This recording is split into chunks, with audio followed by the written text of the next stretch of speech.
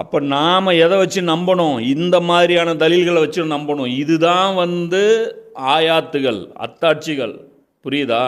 அதை விட்டுட்டு நம்ம குழந்தைங்களுக்கு போய் சயின்ஸு என்ன நம்ம அது டெக்னாலஜி லொட்டு லொசு. ஏன்னா டெக்னாலஜிங்கிற அந்த சிலையை தான் எல்லோரும் நீங்கள் வணங்கிட்டு இருக்காங்க.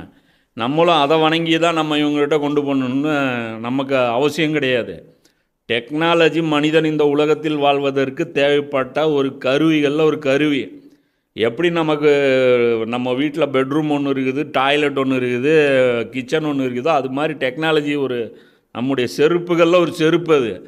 அந்த செருப்பெல்லாம் எடுத்து தலையெல்லாம் மாட்டிகிட்டு இருக்க முடியாது. டெக்னாலஜியை ஐடியாலஜியாக ஆக்க முடியாது.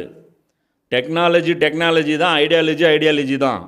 டெக்னாலஜி இருக்கிறதுனால ஐடியாலஜி தேவையில்லைன்னு ஆயிடாது. முதல்ல அதை புரிஞ்சுக்கணும். ரெண்டுக்குமான வித்தியாசம் புரிஞ்சுக்கணும்.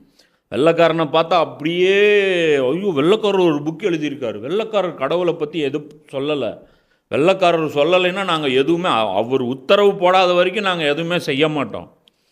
இந்த தாழ்வு மனப்பான்மை இருக்குது பாருங்க. இதை முஸ்லீம் குழந்தைகள்கிட்ட நம்ம போக்கணும். இதெல்லாம் யார் செய்யணும்?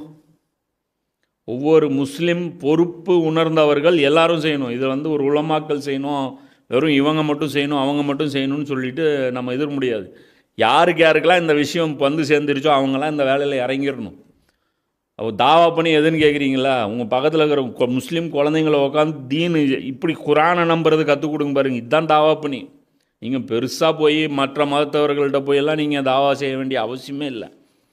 நல்ல மூமின்களை உருவாக்குங்க பாருங்கள். இதுலேயே இஸ்லாம் ஆட்டோமேட்டிக்காக வளர்ந்துடும்.